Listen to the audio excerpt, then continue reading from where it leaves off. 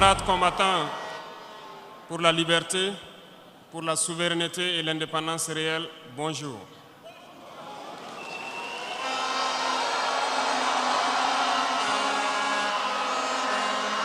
Rendons grâce à Dieu qui a permis à ce que ce jour 11 juillet ait lieu et que nous puissions nous retrouver dans cette cuvette du Palais des Sports pour échanger autour de l'avenir de notre patrie. À l'issue donc de votre décision le 25 mai dernier de nous confier la destinée de notre patrie pour 5 ans encore. Soyez-en remerciés.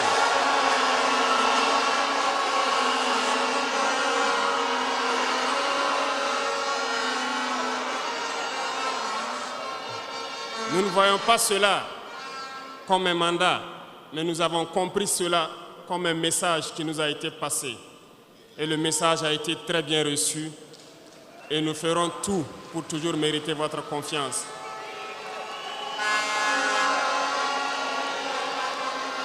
Permettez-moi également de rendre un vibrant hommage à toutes ces forces de défense, ces forces de sécurité intérieure, nos vaillants volontaires pour la défense de la patrie et toutes ces populations qui vivent dans ces zones à fort défi sécuritaire et qui tiennent debout.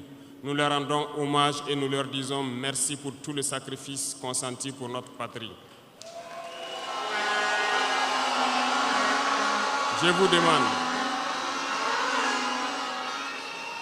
demande que nous puissions donc observer 1 minute de silence pour honorer la mémoire de tous ceux qui ont perdu la vie dans ce combat.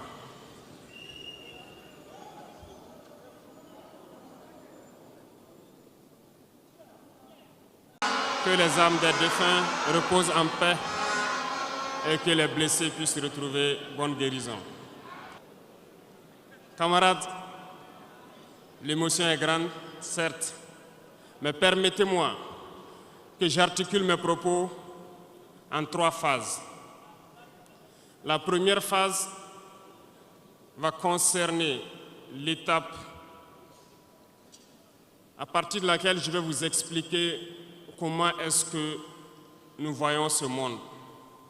La deuxième phase, nous allons nous consacrer à vous expliquer pourquoi nous devons continuer à nous battre. Et après, l'étape la plus importante, ça sera de vous décliner de façon sommaire la vision pour l'avenir, si je peux m'exprimer ainsi.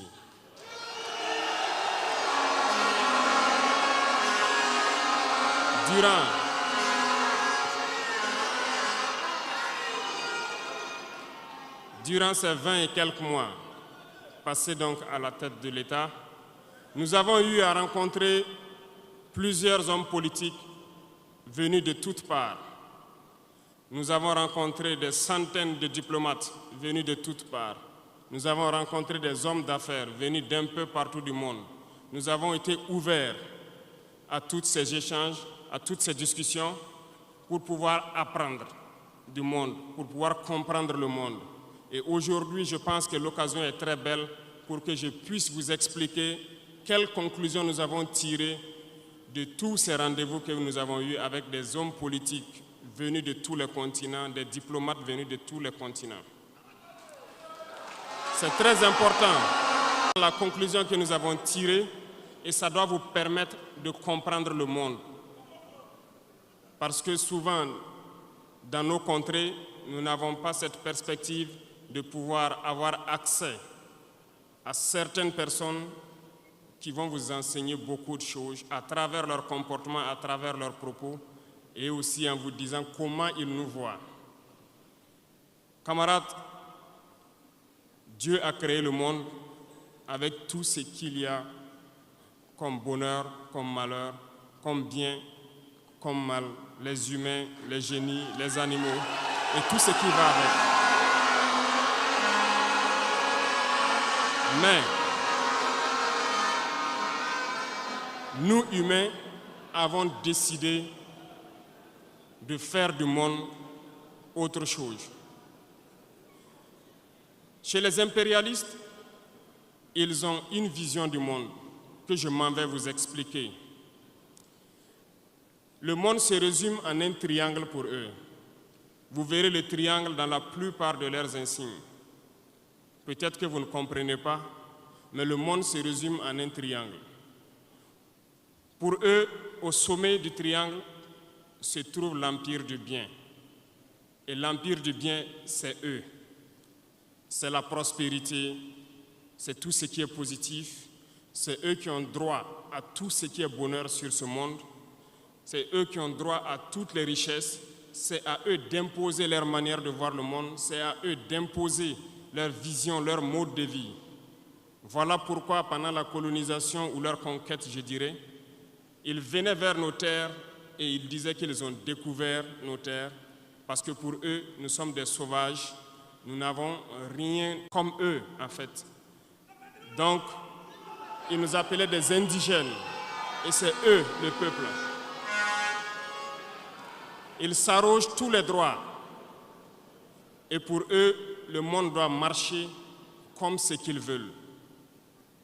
C'est simple, je prendrai quelques exemples. Regardez à travers leurs films, ils ont préparé l'esprit de leur peuple pour les faire comprendre qu'ils sont les meilleurs. C'est eux qui doivent tout posséder. Vous ne direz pas le contraire. Dans tous leurs films qu'ils propagent, vous trouverez toujours les méchants, ce sont soit les Russes, soit les Sud-Américains, soit les Noirs qui jouent les mauvais rôles de trafiquants de drogue, de proxénètes, de trafic d'humains, jusqu'à un passé récent, bien sûr. Vous trouverez les Arabes qui jouent le rôle des terroristes. Voilà un peu comment ils perçoivent le monde.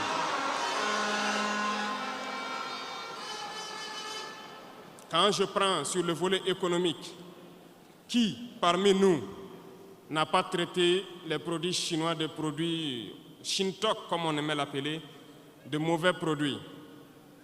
Mais aujourd'hui, j'ai pu vous dire qu'on a tout tort, parce que la Chine est à un niveau de technologie assez avancé, et c'est en Chine que la plupart de ces pays viennent s'approvisionner, mettent leur marque dessus et nous revendent comme étant leur propriété. Regardez autour de vous. Nos entrepreneurs qui sont dans le BTP ne diront pas le contraire. Tous leurs engins aujourd'hui sont chinois. Ceux qui font le transport ne diront pas le contraire. Ils nous ont menti parce que nous avons fait le tour du monde un peu dans ces 20 mois pour chercher des entreprises, pour chercher des usines. Et nous avons compris que tout revenait là-bas. Mais par leur communication, ils nous ont amenés à détester tous les produits chinois, à vouloir nous faire comprendre que ce qui est bon venait de chez eux, pas forcément d'ailleurs. C'est simple. Remonter le temps. Pour mieux comprendre ce que je dirais, il faut remonter un peu le temps. Et j'espère que certains iront lire. Qui sont les tsars, les conquêtes mongoles, les empires perses, turcs et ottomans? Lisez leur histoire, vous comprendrez pourquoi le monde est ainsi fait. À la base du triangle, il y a deux empires. D'un côté, l'empire du mal, selon eux, et l'empire des esclaves de l'autre côté. Voilà comment ils voient le monde. Qui est-ce qu'ils appellent l'empire du mal? Ceux dont je viens de citer tout de suite l'origine, et je vous ai dit de remonter le temps, allez-y lire, vous comprendrez pourquoi ils sont l'empire du mal à leurs yeux. Ils combattent l'empire du mal. Pour eux, l'empire du mal doit disparaître. Pour eux, l'empire du mal incarne le diable. Ils communiquent et ils le font comprendre à leur peuple ainsi.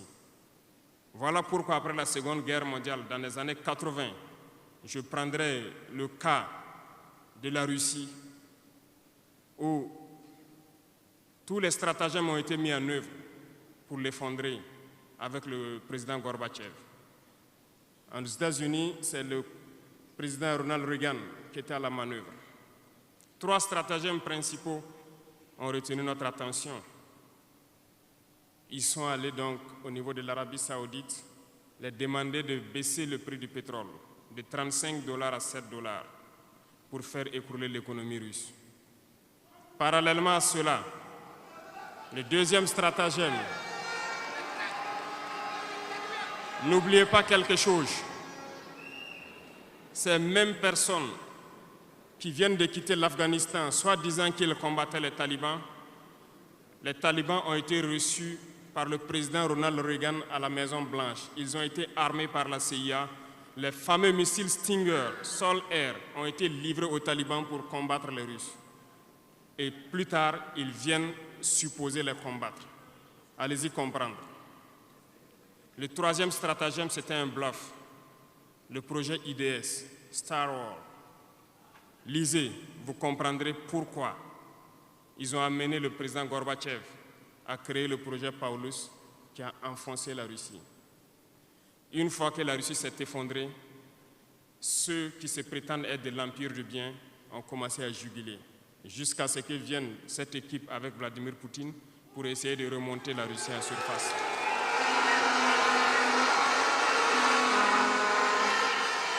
L'Empire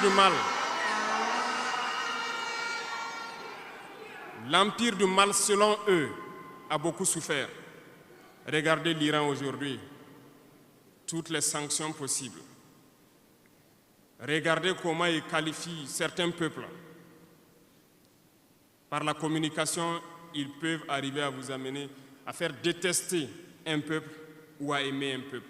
Ils sont très forts dans la communication et ils passent par tous les canaux possibles.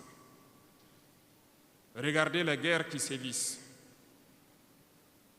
Ils ont tout inventé pour leur propre intérêt. Et enfin, l'empire des esclaves, selon eux, c'est l'Afrique et certains peuples d'Amérique du Sud. Dans leur tête, comme je le disais dernièrement, l'Afrique les appartient, nos terres les appartiennent, les richesses de l'Afrique sont pour eux.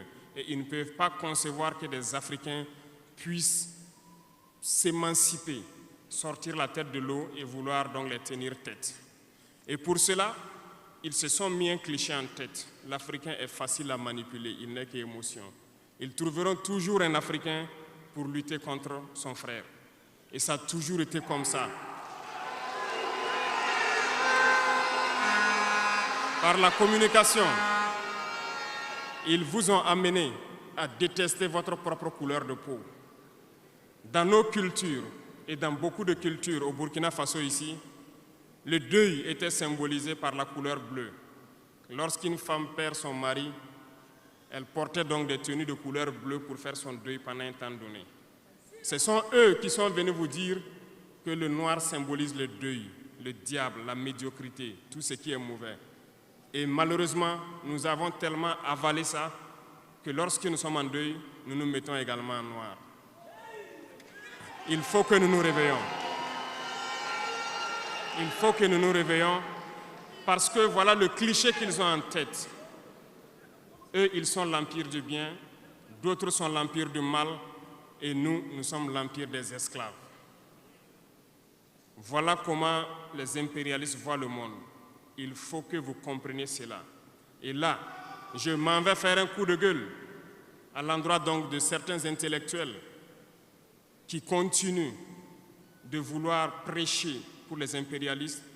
Est-ce qu'ils ignorent cette partie de l'histoire? Je n'invente rien. Ça a été déclassifié, vous trouverez tout ce que j'ai dit dans les bibliothèques ou partout sur les moteurs de recherche. Ces intellectuels n'ont-ils pas lu cela? Ne connaissent-ils pas l'histoire de ce monde? C'est peut-être par malhonnêteté ou quelques billets de dollars qui les amènent à toujours prêcher pour les impérialistes. Il faut que nos intellectuels arrivent à tout moment à prêcher pour conscientiser nos peuples, nos masses populaires, pour qu'ils comprennent d'où ils viennent et comment ils sont vus des impérialistes.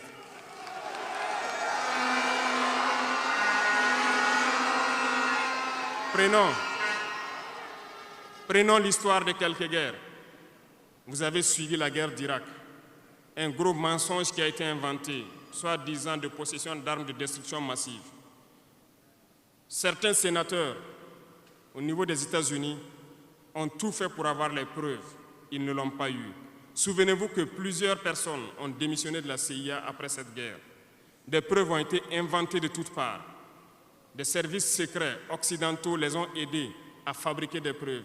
Et on se souvient que le même Niger a été accusé en son temps en montant une fausse convention, un faux contrat de vente d'uranium à l'Irak. C'est le même processus qu'ils ont voulu amener la dernière fois pour soi-disant que le Niger vend de l'uranium clandestinement à l'Iran. C'est du déjà vu. Ils ont prétexté cela, ils n'ont pas eu de preuves. Même les Nations Unies ont trouvé finalement qu'il n'y avait pas de preuves tangibles de présence d'armes de destruction massive. Mais ils avaient leur objectif, il fallait détruire l'Irak. Ils ont détruit l'Irak.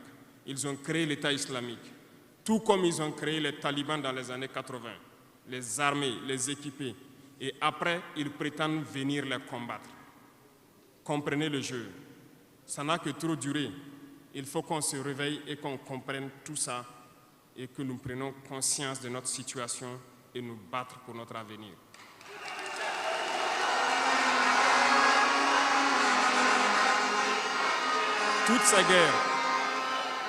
Toutes ces guerres ont été inventées, passant par l'Irak, la Syrie, la Libye, dans le but de déstabiliser le monde à leur profit, parce que nul ne doit pouvoir les égaler.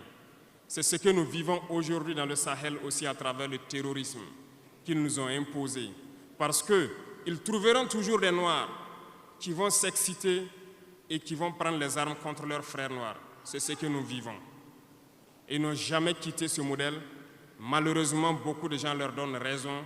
À cause de quelques billets de dollars, ils se vendent très moins cher à l'impérialiste et ils se mettent à combattre leurs frères. Je voulais faire ce petit historique du monde pour que vous compreniez comment l'impérialisme voit notre monde.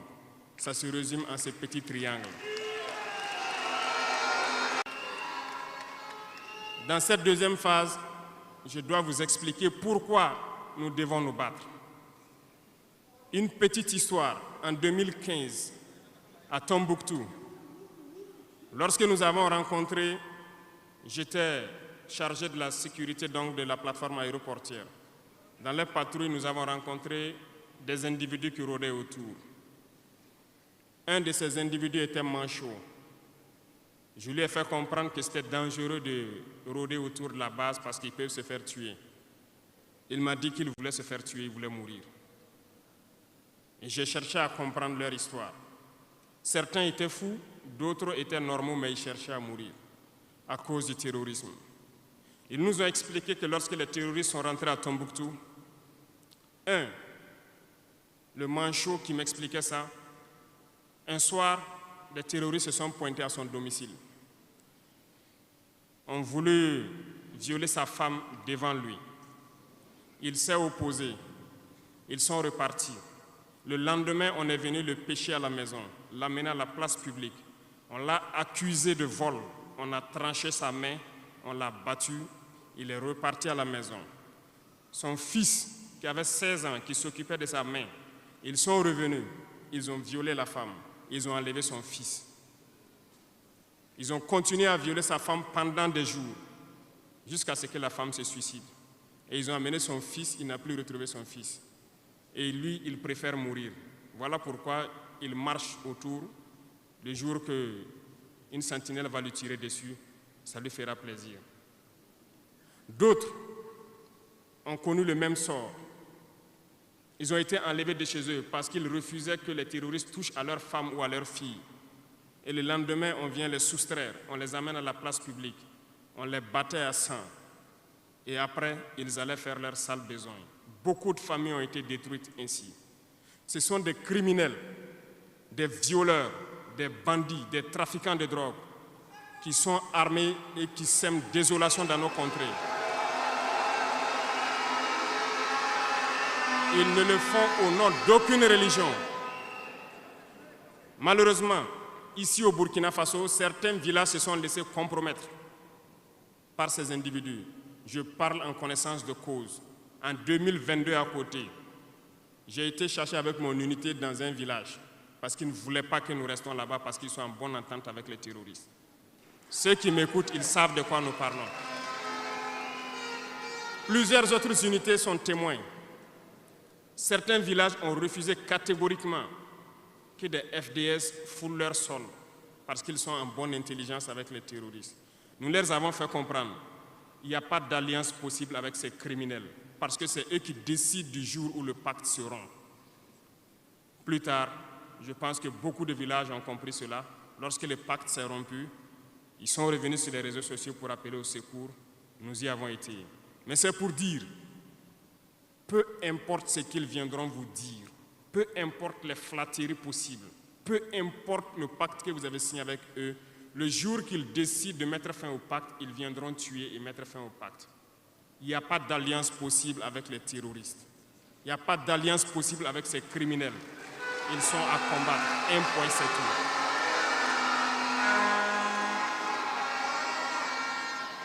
Aujourd'hui, nous constatons un phénomène, malheureusement, dans nos villes ici. Certaines personnes se plaisent à passer de cour en cour, à faire comprendre aux épouses de certains FDS et certains VDP, aux familles de certaines personnes tombées pour la patrie, que eux, ils avaient une solution pacifique avec les terroristes. C'est nous qui avons voulu faire la guerre, et voilà pourquoi tout ça se passe. Comment est-ce que des êtres humains, voyant tout ce qui se passe, comprenant le monde, peuvent avoir de tels propos? Ne vous détrompez pas. Soit nous les combattons ou ils nous combattent. C'est tout.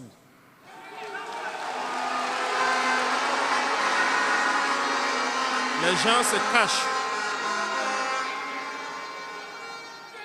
Ces gens se cachent soi-disant derrière un semblant de dialogue ou de négociation.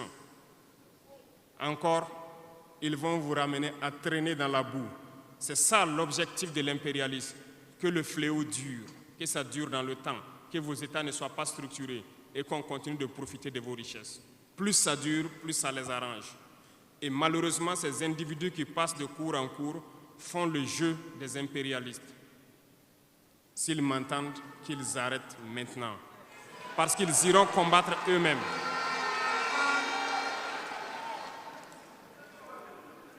Nous n'avons pas le choix que de combattre. Et nous avons opté pour le combat, et c'est par là que nous serons libres, que nous serons réellement indépendants. Pour ce faire, nous avons pris le soin de diagnostiquer le problème profond du Burkina Faso. J'avoue que le problème est réel et profond. Le mal est là. Nous l'avons diagnostiqué et nous découvrons de jour en jour le système. Plusieurs nœuds ont été défaits, mais des nœuds restent à défaire parce que tous les jours que Dieu fait, nous découvrons certaines pratiques. Je peux comprendre, plusieurs décennies durant, ce système s'est installé. C'est devenu comme un gène dans nos ADN. Mais il faut que nous arrivions donc à soustraire ce gène donc de nos ADN et pouvoir construire un Burkina nouveau. Voilà pourquoi dans la troisième phase de mon propos, je m'en vais donc donner des lignes directrices dans certains domaines clés. Nous ne donnerons pas de détails sur notre programme, si on peut le dire ainsi, parce que quand le programme est connu au détail près, ils vont anticiper, ils vont poser des obstacles sur nos routes et nous empêcher d'atteindre nos objectifs. Mais nous pouvons donc nous résumer en quelques mots. Parlant donc du domaine de la défense et de la sécurité, comme vous le constatez, nous avons opté pour le combat. Et pour cela, nous avons doublé presque les effectifs dans nos forces armées. Nous continuons de recruter et je pense que dernièrement, des recrutements ont été lancés côté officiers et sous-officiers et bientôt, dans quelques jours, le recrutement pour au moins 10 000 soldats devrait être lancé. Nous continuerons à renforcer les effectifs pour faire face. Parce que, où que vous soyez, malgré le recrutement qui a été fait, il y a toujours le besoin de militaires. Partout au Burkina Faso, certains villages continuent de vouloir la présence militaire. Donc, il y a lieu de continuer à recruter et à équiper. Et je peux vous assurer que nous sommes sur cette lancée. Depuis janvier 2023, nous avons pu lancer un programme d'équipement. C'est vrai, le monde est fou, il y a la guerre partout. Aucune nation ne prend son équipement et vendre, on fabrique pour vous. Ce qui a fait que ces équipements ont traîné près de 18 mois, mais les premiers ont commencé à venir, comme vous avez pu le constater la dernière fois, et les équipements vont continuer à venir, parce que nous voulons que le niveau de notre armée atteigne un niveau jamais égalé dans la sous-région.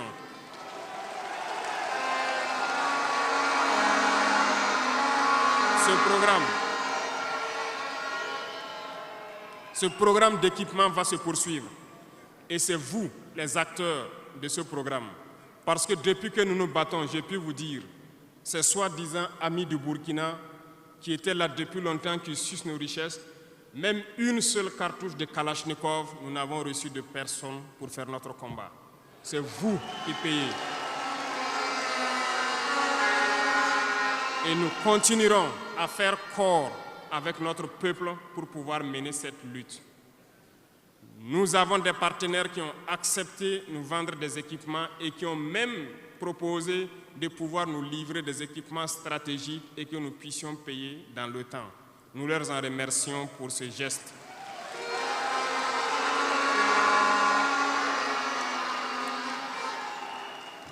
Et nous disons encore merci au peuple qui a compris le sens du combat, qu'il faut que nous nous battons. Si nous ne nous battons pas, ils viendront nous chercher chez nous, comme dans un poulailler ou dans une bergerie. Chaque matin, ils choisiront qui ils veulent pour aller exécuter sur la place publique, pour faire peur aux autres, aller trancher des mains ou des pieds sur la place publique pour faire peur aux autres. C'est comme ça leur tactique. Nous allons nous battre. Et nous nous donnerons les moyens pour y arriver. S'il arrive demain que nous sommes coincés dans une certaine lancée, nous viendrons encore vers le peuple et demander encore plus de sacrifices pour pouvoir atteindre l'objectif. Parce que malgré vos cotisations, je vous le disais tantôt, certaines puissances ont refusé de nous vendre les équipements, ont bloqué les équipements que nous avons achetés dans certains pays parce qu'ils ont la licence de certains composants. Et ces puissances exploitent des minerais au Burkina Faso. Je le dis ici, haut et fort et solennellement. Ça va s'arrêter. Nous allons retirer des permis d'exploitation. Nous n'allons pas permettre cela.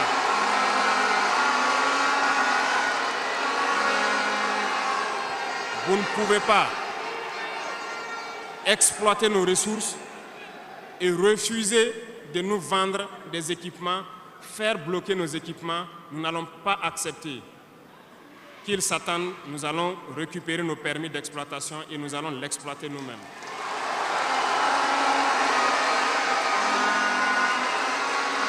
Revenant,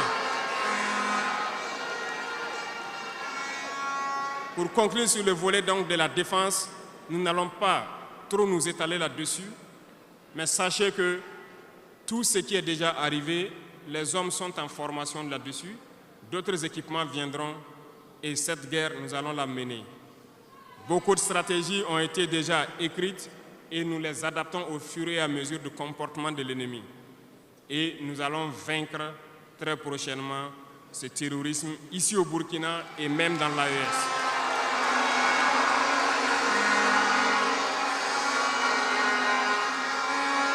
Pour ce qui concerne le domaine donc de la fonction publique, pendant longtemps, nous avons passé le temps à mettre en garde un certain nombre d'acteurs.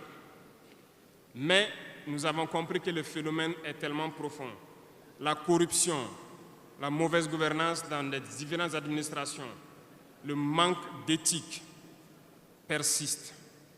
Certains organes ont été donc mis en place dans le cadre de la lutte contre la corruption et dernièrement, certains arrêtés ont été pris pour ce qui concerne les primes de dénonciation. Le dernier acte à poser sera fait avant donc, la fin de ce mois. C'est un organe qui devra siéger dans tous les ministères pour s'auto-saisir de certains dysfonctionnements, des actes de corruption et pouvoir agir. Et ces organes seront prêts.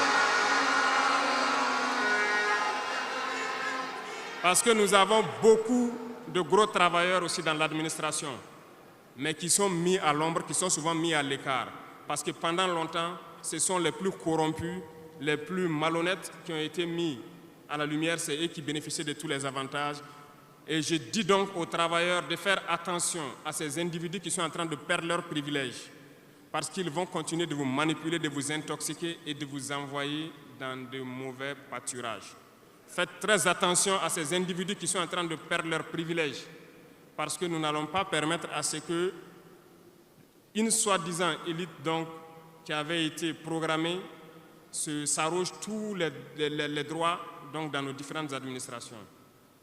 Le dernier organe sera mis en place avant la fin de ce mois et le travail réel va commencer. Vous entendrez dire un peu partout à l'issue de ça que nous ne respectons pas certains textes, nous ne respectons pas certaines lois, mais il n'y a pas de loi ou de textes qui tiennent dans cette lutte lorsque c'est pour l'intérêt de la patrie. Qu'ils se le tiennent pour dire, donc nous allons aller dans ce sens. Nous avons donc dans le processus du recrutement adopté une ligne de conduite. Nous sommes en train de faire un diagnostic, de vérifier les présences et de voir les besoins. Il n'est pas exclu qu'au cours de l'année, certains concours soient lancés pour augmenter des effectifs dans certains endroits. Certes, il y a eu d'abord une vague de concours qui a été lancée, mais dans tous les milieux, ils sont en train de faire le point. S'il y a besoin, je dis bien s'il y a besoin, nous continuerons encore de recruter pour être à un niveau acceptable et pouvoir faire fonctionner les différents organes donc, du pays pour le bonheur donc, des masses populaires. Dans le domaine donc, de la diplomatie,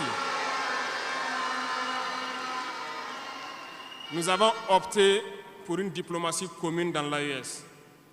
Toutes les décisions vis-à-vis donc, des partenaires, que ce soit africains ou à l'étranger, seront prises à l'unanimité au sein de l'AES.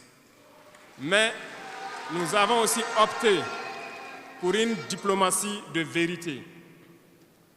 Nous ne comptons pas nous mettre dans certaines logiques de mentir ou de couvrir la réalité, soit disant que c'est la diplomatie. C'est faux. Ce n'est pas là la diplomatie.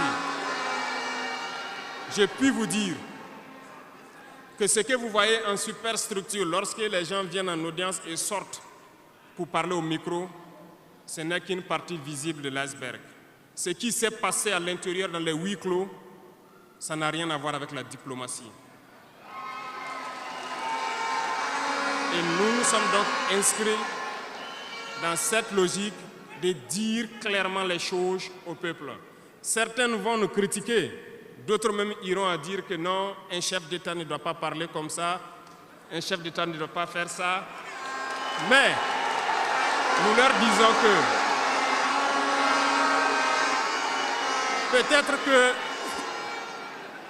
peut-être que ces gens qui critiquent de cette façon lorsque nous disons la vérité, peut-être qu'ils ont une école où ils ont appris à être chef d'État, comment le chef d'État doit être. Sinon, je n'ai pas encore vu cette école. Et pourquoi nous devons ressembler forcément aux autres, faire comme les autres? Nous voulons créer notre modèle, notre identité. Et je pense que le Burkinabé, par définition, c'est l'homme intègre. Nous voulons la vérité. Et lorsqu'il y a la vérité qui sort, même si nous avons fauté, il faut que nous ayons le courage de venir vous dire sur tel côté nous avons fauté, nous demandons pardon. Si vous nous pardonnez, vous nous pardonnez. Mais nous ne voulons plus nous inscrire dans cette diplomatie mensongère. Nous avons, dans une interview, parlé du régime ivoirien. Certains Burkinabés sont montés sur leurs chevaux et critiqués. Je le dis, j'insiste et je persiste.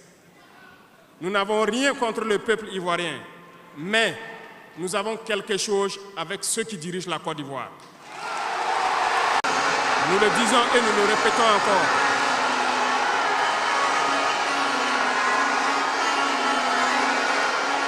Laissez-moi vous dire quelque chose. Permettez-moi de vous dire quelque chose.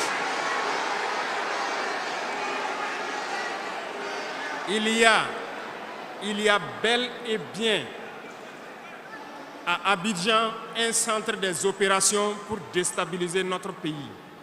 Personne ne peut le nier et nous vous ferons les preuves dans les jours suivants. Nous vous montrerons des preuves physiques. Vous allez comprendre de quoi nous parlons. Personne ne viendra nous dire qu'au Bénin, il n'y a pas de base française dirigée contre nous. Nous avons les preuves sous la main. Deux bases importantes.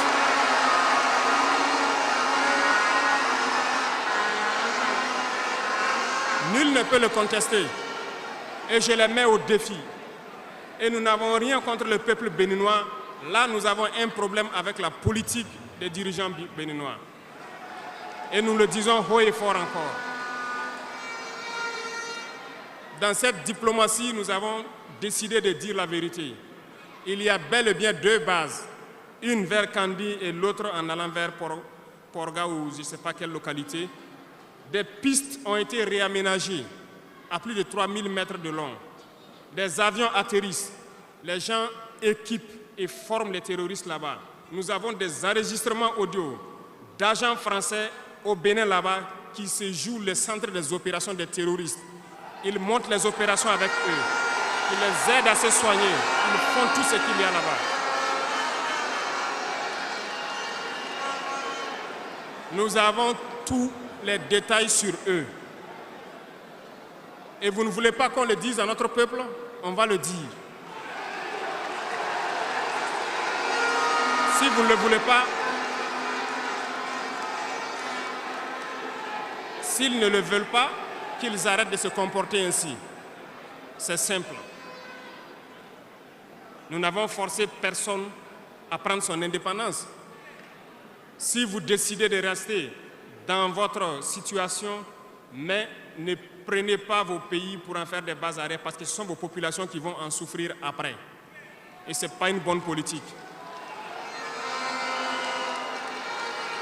Nous le disons par expérience, et je le répète toujours, le Burkina a été une base arrière pour déstabiliser certains pays. Et ce n'est pas bien.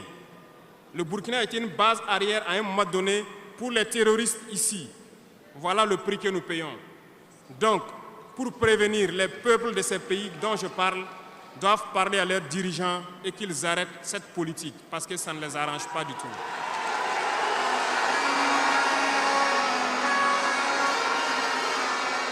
Pour venir,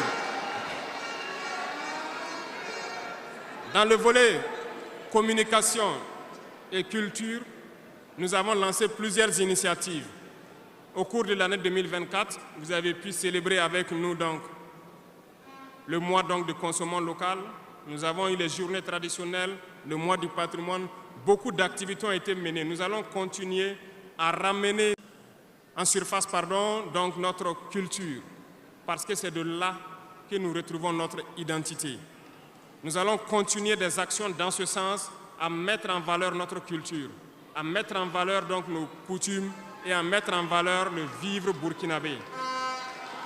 Et nous souhaitons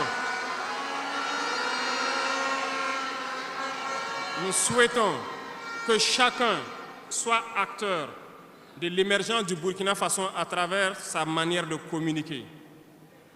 Parce que tout se trouve dans la communication aussi. Vous avez suivi dernièrement la guerre communicationnelle qui a été dressée contre nous et ça continue, ça ne va pas s'arrêter. Et je souhaite que tous ceux qui sont dans la communication puissent être professionnels. Lorsque nous voulons poser un acte communicationnel, qu'on se pose la question, est-ce que c'est pour la patrie ou contre la patrie, avant de poser l'acte. Peu importe. Vous pouvez ne pas nous aimer, moi, ma personne. Vous pouvez ne pas m'aimer, mais vous devez aimer votre pays. En me faisant du mal, il ne faudrait pas confondre le pays. Et donc, la politique dans le domaine de la communication va devoir aller dans ce sens-là. Et nous serons obligés donc de recadrer la communication sur tous les aspects. Et c'est cette ligne de conduite qui sera donc adoptée. Nous n'allons pas permettre à ce que des Burkinabés communiquent contre le Burkina Faso. Nous allons toujours nous inscrire dans l'éveil des consciences. Nous devons pouvoir sensibiliser les masses populaires pour que les gens comprennent pourquoi nous devons nous battre sur tous les volets. Revenant au domaine donc de l'agriculture, comme vous pouvez le constater, nous avons lancé des initiatives depuis 2023 et cette année, l'offensive a été lancée. Ça se passe plus ou moins bien. J'aimerais donc que les gens comprennent que nous avons décidé d'accorder une grande part de notre budget et de notre temps aussi au monde agricole. parce que plus de 90% de notre population est paysanne.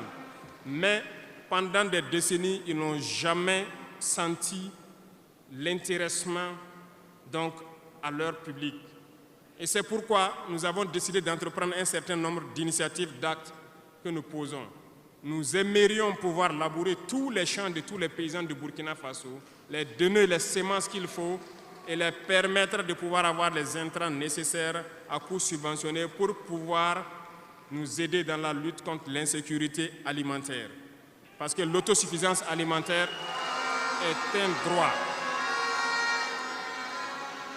C'est dans ce même sens que nous avons créé dernièrement l'ONBA, l'Office national d'aménagement des barrages hydro-agricoles. Nous allons l'équiper parce que tous êtes témoins dans vos différentes régions que nous avons beaucoup retenu d'eau, beaucoup de barrages, mais qui sont ensablés, qui sont bouchés. Et nous avons la possibilité de faire d'autres barrages. Nous sommes en train de payer de l'équipement pour cet office pour qu'il puisse se déployer sur le territoire et avec la contribution des populations, pouvoir construire beaucoup de barrages et désensabler beaucoup de barrages. Nous allons poursuivre ce combat. Nous allons poursuivre ce combat jusqu'à l'atteinte de l'autosuffisance alimentaire et que nos populations puissent manger à leur faim. Dans le domaine des infrastructures, nous avons un manque crucial de routes. Et en faisant l'analyse, nous avons trouvé pour certaines routes des études très vieilles.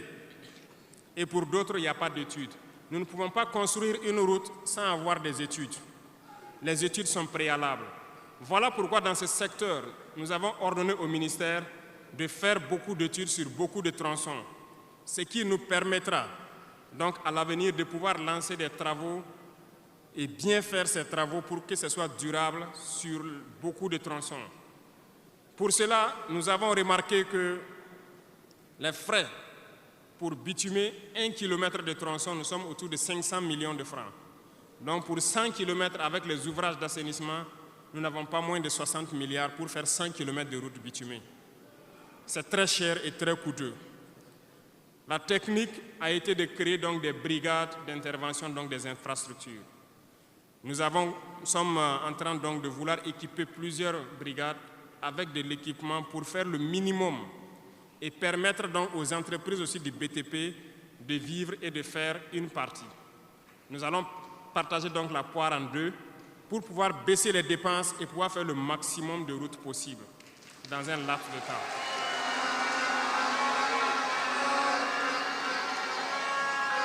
Cela donc a déjà commencé et nous allons poursuivre au cours donc de ces 5 années dans ce processus pour que dans toutes les régions, nous puissions quand même pouvoir rallier le maximum de chefs-lieux de province et que nous puissions faire écouler nos marchandises et que les personnes puissent se déplacer sereinement. Dans le domaine donc, de l'urbanisme, nous sommes dans un processus de pouvoir redessiner nos villes. Et si vous remarquez, les villes sont trop grandes, si je prends Ouagadougou, mais les infrastructures d'assainissement et autres ne suivent pas. Ça fait que nous pataugeons dans la boue et nous n'avons pas assez d'assainissement. Ça nous crée beaucoup de maladies qui peuvent donc amener des épidémies. Nous avons un processus de pouvoir concentrer les villes à travers donc des constructions à hauteur. Pour cela, nous avons un plan que nous avons établi pour pouvoir aller d'un quartier et concentrer le maximum et maintenant étendre aux autres quartiers. Certainement, si les gens sont déplacés dans ces quartiers, beaucoup de terres vont se libérer pour pouvoir maintenant dessiner de bons plans pour nos villes. Nous allons commencer par des villes, un certain nombre de villes d'abord, et pouvoir l'étendre à toutes les autres villes. L'urbanisme doit pouvoir donc nous amener à jouer sur le volet de la santé. Parce que si l'urbanisation est bien faite, il y a un bon nombre de maladies telles que la dengue, le choléra et certaines maladies liées aux eaux sales qui stagnent dans nos rues. Nous allons donc avoir un bon résultat dans le domaine sanitaire. Ce qui m'amène donc dans le volet de la santé. Nous avons décidé depuis un temps de rehausser le plateau technique d'un certain nombre de CHR. d'équiper certains centres donc, de scanners et d'appareils qui puissent permettre aux citoyens d'avoir des examens adéquats et à moindre coût. Nous allons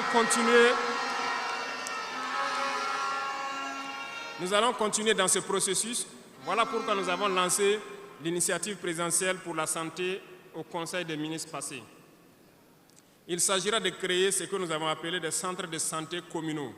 Et dans ces centres de santé, nous avons intégré un minimum de services qui doivent être servis aux populations. Il s'agira de l'imagerie, c'est-à-dire tout ce qui est échographie et radiographie, des banques de sang et aussi des laboratoires, pour que les populations des différentes provinces et communes, certaines communes, n'aient pas à se déplacer ou avoir besoin d'ambulance pour une transfusion sanguine, amener des malades vers certains centres, qui peuvent d'ailleurs ne pas arriver à cause de l'état de la mauvaise route. Donc, cette initiative est déjà lancée et nous allons faire en sorte que nous puissions commencer avant la fin de l'année la construction des premiers centres et leur équipement.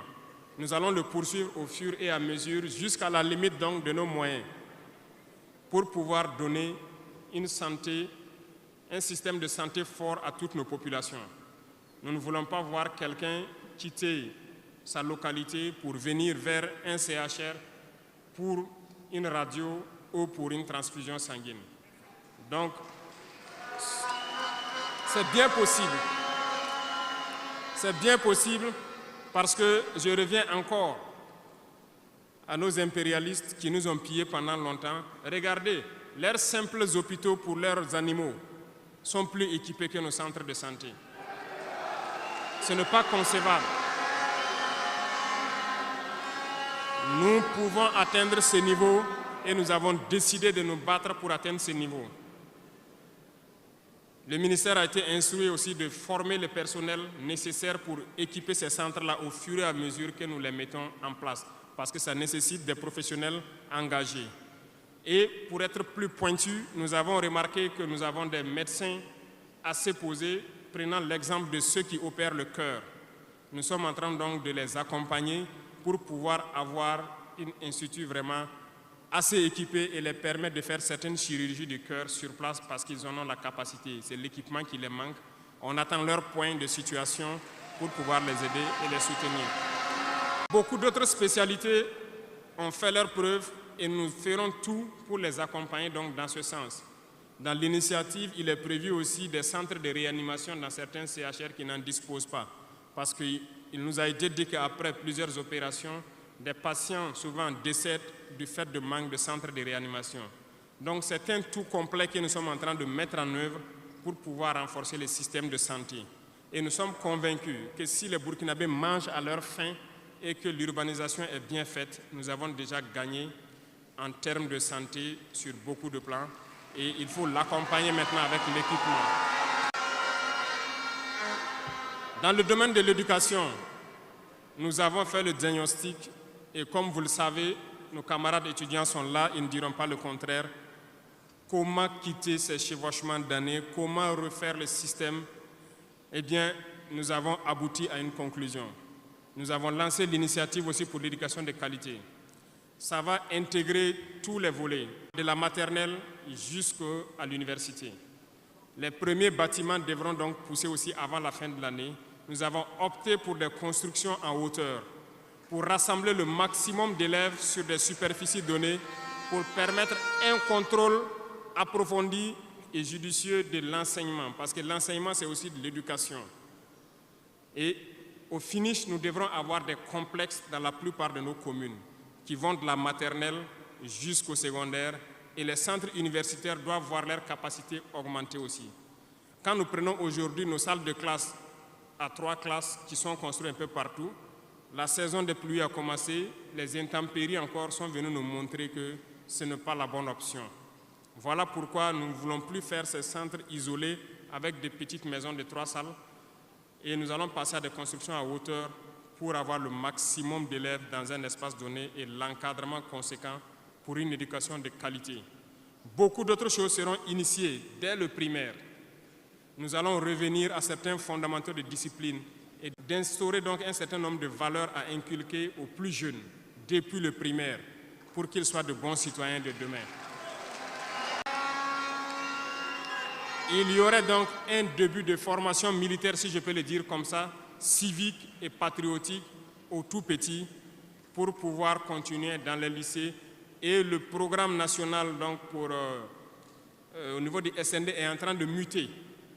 Le texte était venu en conseil, nous l'avons renvoyé avec des amendements pour que les travailleurs qui sont en activité actuellement puissent aussi passer dans ce centre pour avoir une formation militaire. Et ça fasse s'organiser à tour de rôle sur des périodes bien précises. Tout est une question de discipline, parce que par excellence, la formation militaire doit pouvoir discipliner les gens. Donc nous allons inculquer un certain nombre de valeurs au niveau donc de notre éducation. Revenant donc au centre universitaire, avant aussi la fin de l'année, nous allons commencer la construction d'un certain nombre d'amphithéâtres.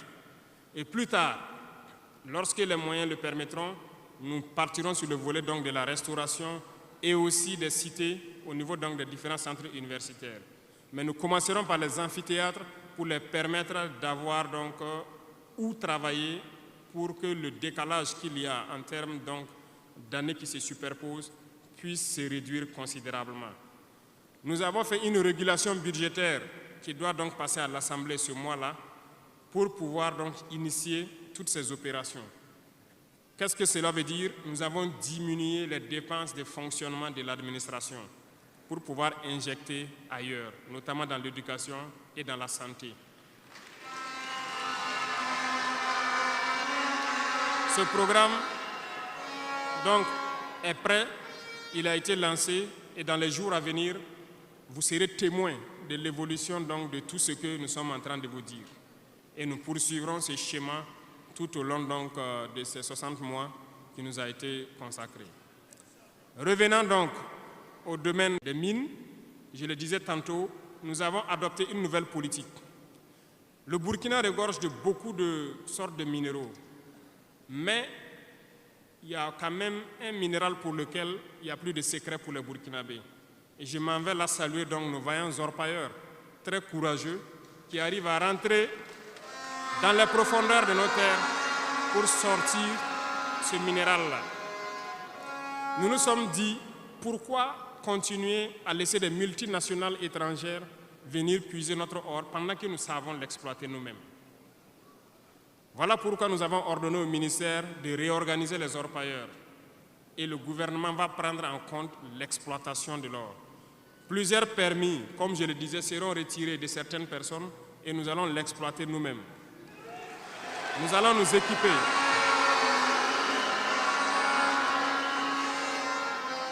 Nous allons nous équiper en machines pour le faire, mais même si nous n'arrivons pas à nous équiper de manière conséquente, nos orpailleurs ont fait leur preuve de courage et d'abnégation. Nous allons creuser nous-mêmes notre or et ça sera pour nous au Burkina ici.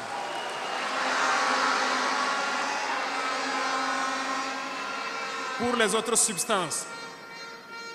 substances, là où nous ne pouvons pas, et bien sûr, nos partenaires sincères qui acceptent de nous accompagner dans cette lutte, c'est à eux seuls que nous pourrons concéder certains permis, parce qu'ils ont accepté de nous accompagner dans la lutte pour notre souveraineté, dans la lutte contre le terrorisme. Et nous avons édicté un nouveau code donc, minier qui est actuellement à l'Assemblée et j'espère qu'il sera voté donc, la semaine prochaine pour imposer un nouveau modèle aux différentes entreprises qui vont venir pour exploiter l'or ici, pour que le maximum de profit soit pour l'État. Et dans le volet donc, de l'énergie, comme vous l'avez constaté, nous avons de sérieux problèmes d'énergie. L'accroissement de la population n'a pas été suivi par une politique énergétique. Aujourd'hui, lorsque les pics de chaleur arrivent, il y a des délestages en permanence, beaucoup d'activités souffrent. Nous sommes en discussion avec des partenaires qui sont actuellement même au Burkina pour pouvoir construire dans l'urgence donc des centrales thermiques de très grande capacité. Et nous voulons donc voir avec eux comment on peut réduire les délais. de construction. Les discussions portent actuellement sur la réduction des délais de construction et le modèle financier que nous allons mettre en place. Nous espérons aboutir à ça en attendant que notre processus, qui peut paraître long, des centrales nucléaires, puisse donc voir le jour. Sur ce volet, nous pouvons vous assurer que ça se poursuit très bien et nous sommes en train de vouloir mettre sur place ici une unité, si je peux dire, pour former des Burkinabés qui doivent prendre le relais, qui doivent suivre tout ce qui est processus de construction et prendre le relais, le transfert de compétences. Donc, ça va prendre vraiment un processus assez scientifique pour que nous puissions, à l'avenir, lorsque la centrale sera là, que dans un futur pas loin, ça soit la propriété exclusive des Burkinabés, que les ingénieurs burkinabés se l'approprient et pouvoir le mettre en œuvre, pouvoir l'entretenir.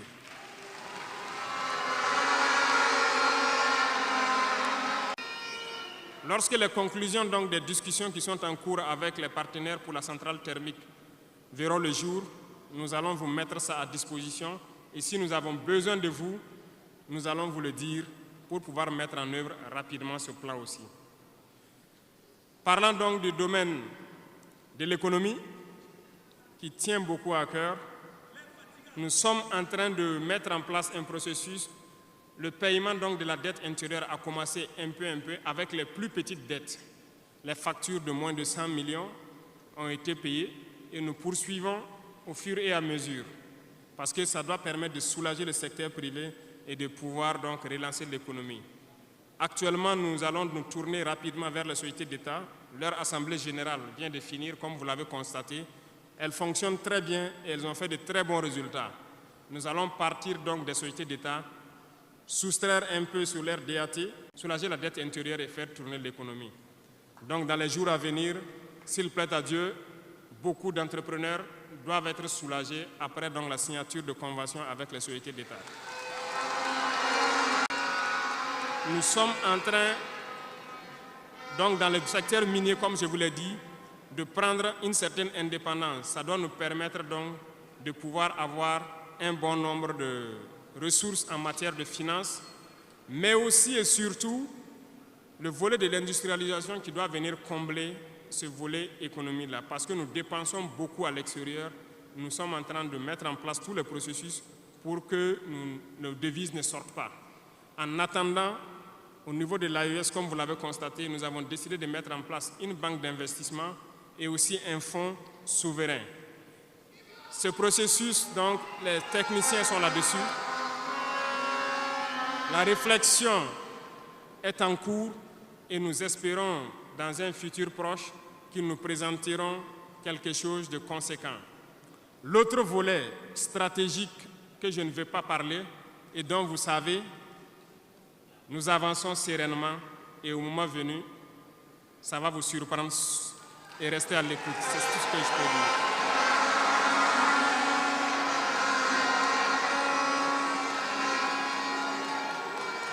Dans le volet commerce et industrialisation, nous avons aussi posé les diagnostics, comme je vous le disais. Actuellement, comme vous le constatez, nous avons énuméré un bon nombre de produits que nous importons de l'extérieur.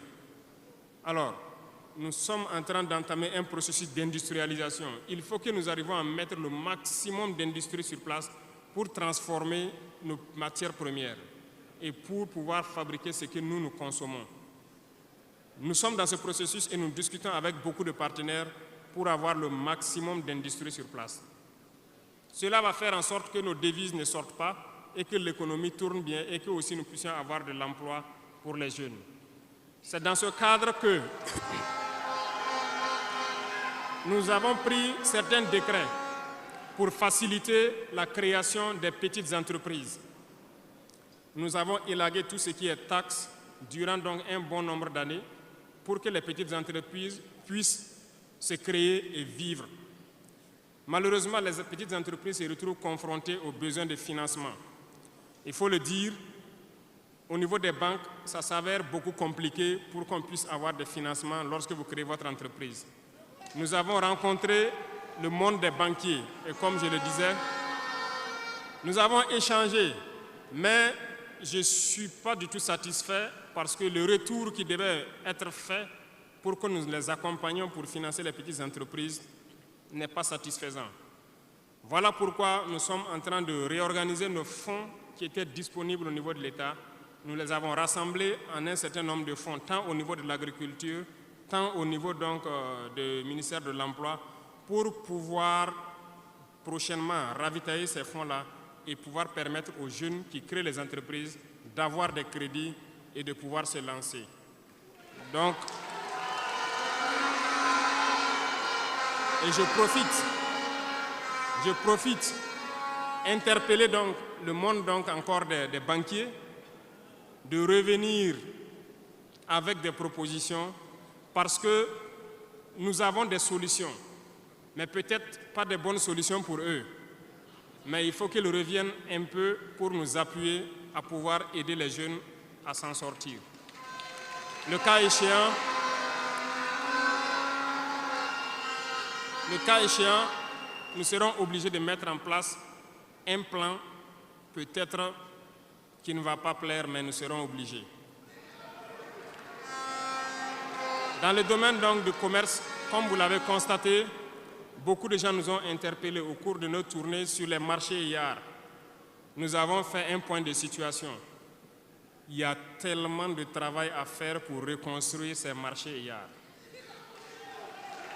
Donc, aujourd'hui, quand vous prenez à Ouagadougou, le maire fait des séances de sensibilisation un peu partout, concernant donc un certain nombre de commerçants qui se sont installés de manière anarchique au bord des rues, mais j'ai instruit à ce que ce soit des sensibilisations toujours, en attendant que nous dégageons les espaces pour construire des marchés dignes de ce nom et demander aux gens de venir prendre des boutiques dans ces marchés et maintenant pouvoir libérer les rues pour pouvoir agrandir et assainir notre milieu. Et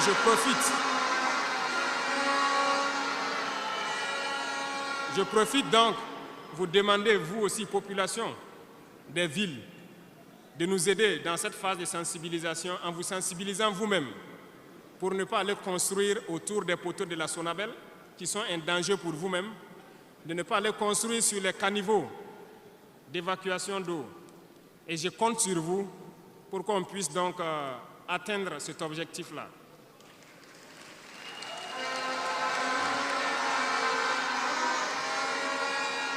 Revenant donc au volet donc de l'emploi, le sport, la jeunesse, nous sommes en train de faire une réforme. Il y aura un remaniement ministériel dans quelques jours où l'architecture des ministères va changer un peu. Nous allons consacrer un ministère entier à la formation secondaire et professionnelle pour que nous n'ayons plus à avoir donc au niveau de l'université ce blocage qui est là actuellement. Nous devons pouvoir professionnaliser beaucoup de jeunes depuis le lycée. Donc, soit depuis la 4e ou au niveau donc de la seconde, que les gens puissent décider d'aller dans des filières professionnelles et pouvoir s'auto-employer. Donc, un ministère sera consacré uniquement à ça. Parce que le système éducatif, comme je l'ai dit, après diagnostic, vous êtes d'accord avec moi que nous formons très peu d'ingénieurs. Pourtant, une nation qui se développe, l'indice aussi de développement, c'est en termes d'ingénieurs formés. Remontez dans l'histoire et voyez toutes ces grandes nations. Le nombre d'ingénieurs formés par an dans des spécialités pointues compte beaucoup dans le développement. Au Burkina, nous n'en avons pas assez. Voilà pourquoi l'école polytechnique de Ouagadougou, nous voulons la faire évoluer en université polytechnique en y mettant un certain nombre de filières technologiques et en recrutant le maximum d'étudiants qui puissent être formés là-bas et avoir des ingénieurs. C'est bien que nous ayons les filières comme lettres modernes, philosophie, droit, voilà, psychologie, histoire. Beaucoup d'étudiants se retrouvent là-bas contre leur gré. Ce n'est pas forcément ce qu'ils ont choisi, mais ce sont les filières disponibles qui forcément ne donnent pas des opportunités d'emploi. Voilà pourquoi nous avons décidé de valoriser ce secteur donc, de la formation professionnelle et de l'emploi en y consacrant entièrement un ministère. Donc dans les prochains jours, ce remaniement sera fait et vous verrez donc comment nous allons évoluer.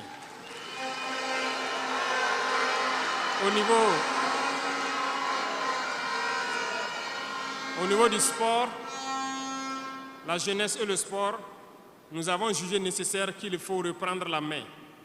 Il faut reprendre la main pour recadrer. Parce que, première chose, le sport permet d'éviter un certain nombre de vices. La drogue, l'alcool, certains vices de la société peuvent être combattus à travers le sport. Nous voulons donc mettre des pôles dans toutes les régions, reconsidérer l'UCBF et toutes les disciplines sportives pour pouvoir les valoriser et créer les pépinières pour qu'au niveau professionnel, nous ayons le maximum de Burkinabés qui défendent les couleurs de Burkina Faso à l'extérieur. Le ministère qui sera consacré à ça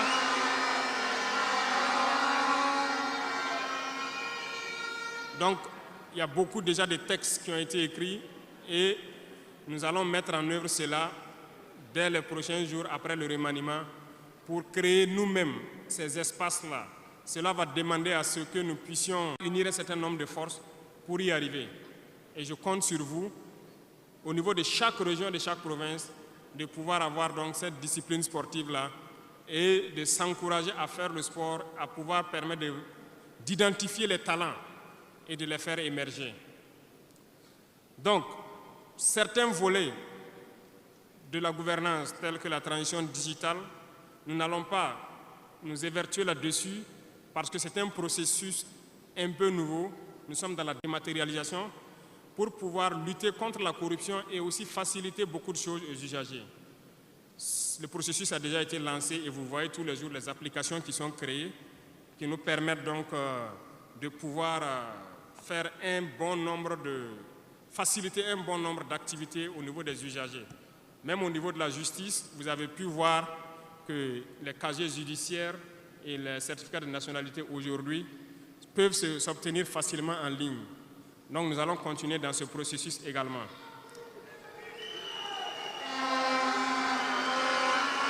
Revenant donc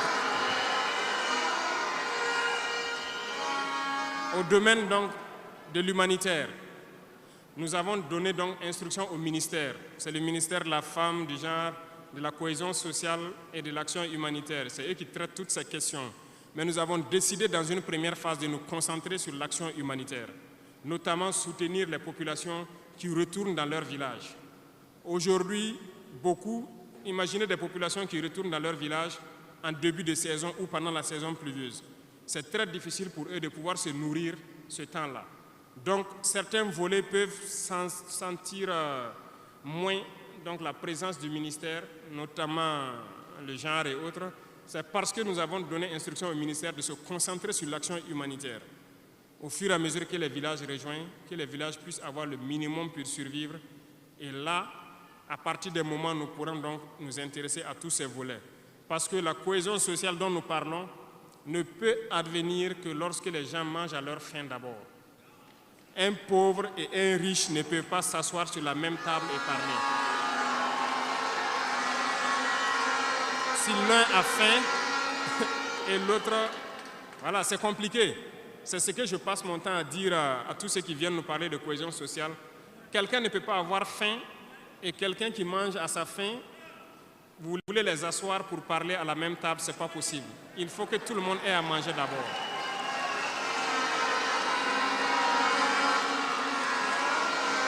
Voilà pourquoi c'est dans la lutte qu'il y a la cohésion. Acceptons de lutter. C'est dans la lutte, c'est dans la guerre qu'est née l'AES. C'est dans la lutte que nous avons pu nous unir dans le Sahel. Et c'est dans la lutte que les Burkinabés sont en train de s'unir. Allez-y voir tous ces villages qui se retournent.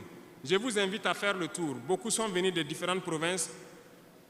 Ils peuvent être dans leur village avec des désaccords. Ils ont été cherchés, mais quand ils reviennent, ils sont plus soudés que jamais. La cohésion sociale se trouve dans la lutte également.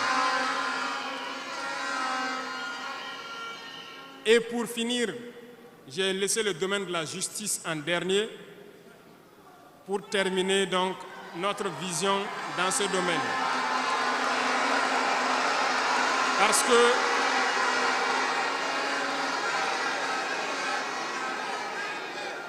Parce que nous avons un sérieux problème dans ce volet. Nous avons entamé des réformes il n'y a pas longtemps au niveau du Conseil supérieur de la magistrature. Nous avons vu des écrits, nous avons vu des comportements de certains syndicats du monde de la justice. Très bien, certains ont tenté de boycotter tout ce qu'ils peuvent, mais comme le disait Diop, avec ou sans eux, nous allons avancer.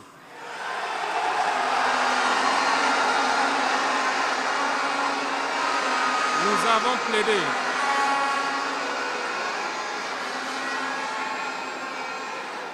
Nous avons plaidé pour une justice juste, si on peut le dire. Nous avons sensibilisé beaucoup les gens, mais nous nous sommes rendus compte qu'il y a beaucoup de brebis galeuses dans leur rang, malheureusement. Nous ne pouvons pas comprendre que, malgré tout ce que nous disons, il y a une justice pour le pauvre et une justice pour les riches. Ça ne peut pas continuer. Lorsqu'on le dit, ils disent que nous ne devons pas parler de ça. Nous allons parler de ça et bien même. Parce que, remarquez jusqu'au jour d'aujourd'hui, lorsqu'un citoyen lambda, qui ignore la loi d'ailleurs, même si on dit nul n'est censé ignorer la loi, un citoyen lambda a un problème en justice, on peut l'attraper, le mettre en prison sans jugement pendant longtemps d'abord. Mais lorsque un autre citoyen a un problème en justice, pour peu qu'il puisse mobiliser 1, 2, 3 avocats, son dossier est rapidement pris en compte, jugé rapidement, pendant que le pauvre, lui, il croupit d'abord en prison. On ne peut pas accepter ça.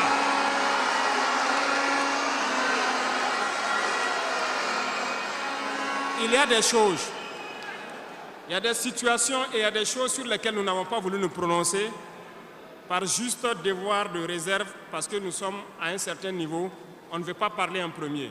Mais nous allons rompre ce tabou-là. Ça ne peut pas continuer comme ça. Il faut que les gens changent de manière d'être. Beaucoup de gens sont toujours en prison sans jugement. Nous allons lancer une campagne bientôt pour juger ces gens-là qui sont en prison pendant des mois sans être jugés. Parce que nous ne pouvons pas payer des gens et vouloir encore qu'on paye lorsqu'il y a un jugement. Ces pratiques vont cesser, ça fait partie du fonctionnement. Et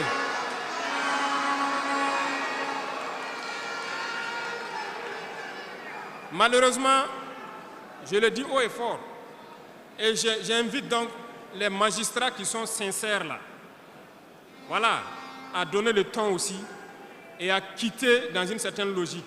Parce qu'il y a beaucoup de brebis galeuses dans leur rang. Il y a des magistrats corrompus qui se cachent derrière des syndicats pour poser un certain nombre d'actes.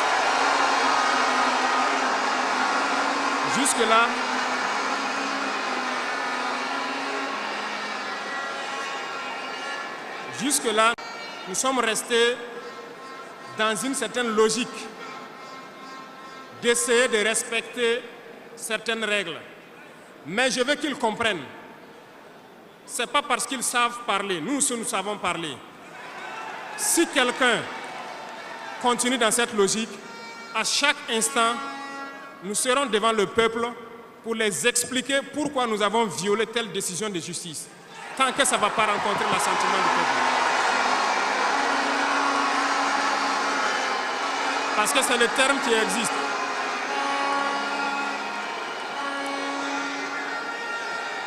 La patrie d'abord, la patrie avant tout. Si une mauvaise décision est prise, soi-disant pour protéger certains individus qui nuisent à la patrie, nous allons nous opposer. Et nous n'allons pas permettre que la décision soit exécutée. Et nous allons expliquer pourquoi nous nous opposons. Le Conseil supérieur de la magistrature a été modifié dans son architecture. Ils seront installés, si ça n'a pas déjà été fait, et ils vont commencer le travail. Tous ceux qui avaient les dossiers, des magistrats qui avaient été pris la main dans le sac, qui ont des dossiers, on va remettre tout à jour, ils seront jugés aussi, comme les autres.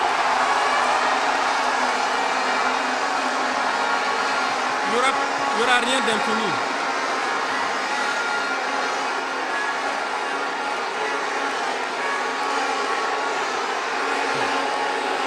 Ils sont au courant.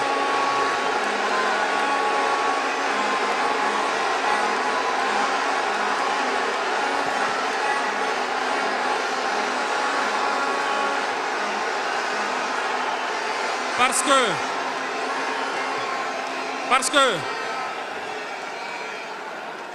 l'injustice est un fléau qui détruit la société.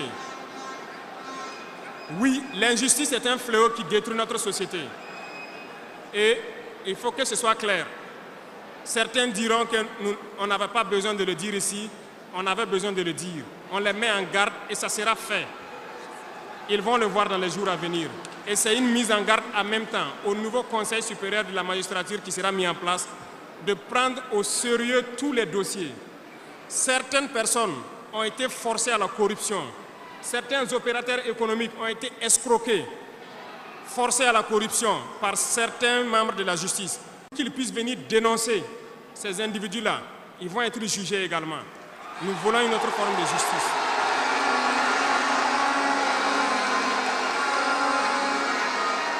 Nous ne le faisons pas pour nous-mêmes. Nous ne le faisons pas pour nous-mêmes, mais nous le faisons pour la masse.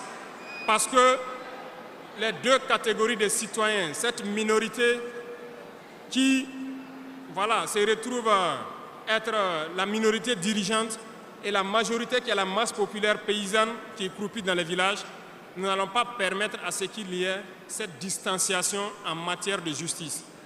Donc, j'ai laissé la partie de la justice en dernière partie pour les dire que la bataille sera lancée. Nous n'allons pas continuer à les embourgeoiser, à les enrichir.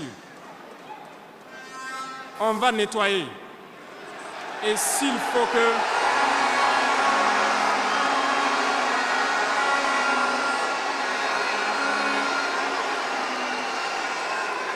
Et si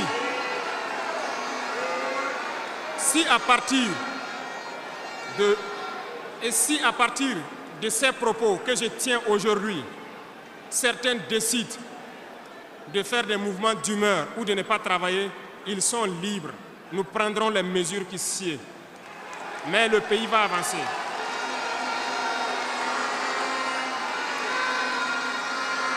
Tout Burkinabé a besoin de dignité. Tout Burkinabé a besoin de vivre en paix. Et la justice doit se donner en tenant compte de certaines valeurs. Nous avons vu des familles qui ont été détruites à cause de petites décisions de justice qui ont détruit cela. Je prends pour exemple, pour une simple bagarre au quartier.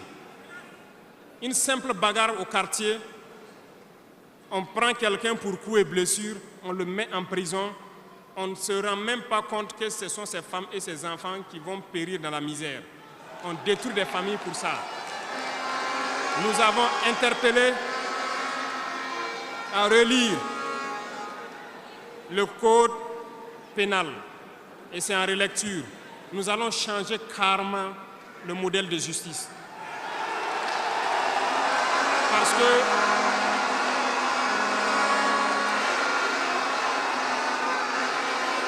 nous l'avons dit et nous le prêchons. Il y a plein de fautes. Il y a plein de fautes qui peuvent trouver un solutionnement sans être forcément la prison. Et je peux vous promettre que dans ces 5 ans, nous allons faire en sorte pour diminuer de manière drastique le nombre de prisons et augmenter le nombre de travailleurs dans nos plaines, parce que nous allons récupérer nos plaines.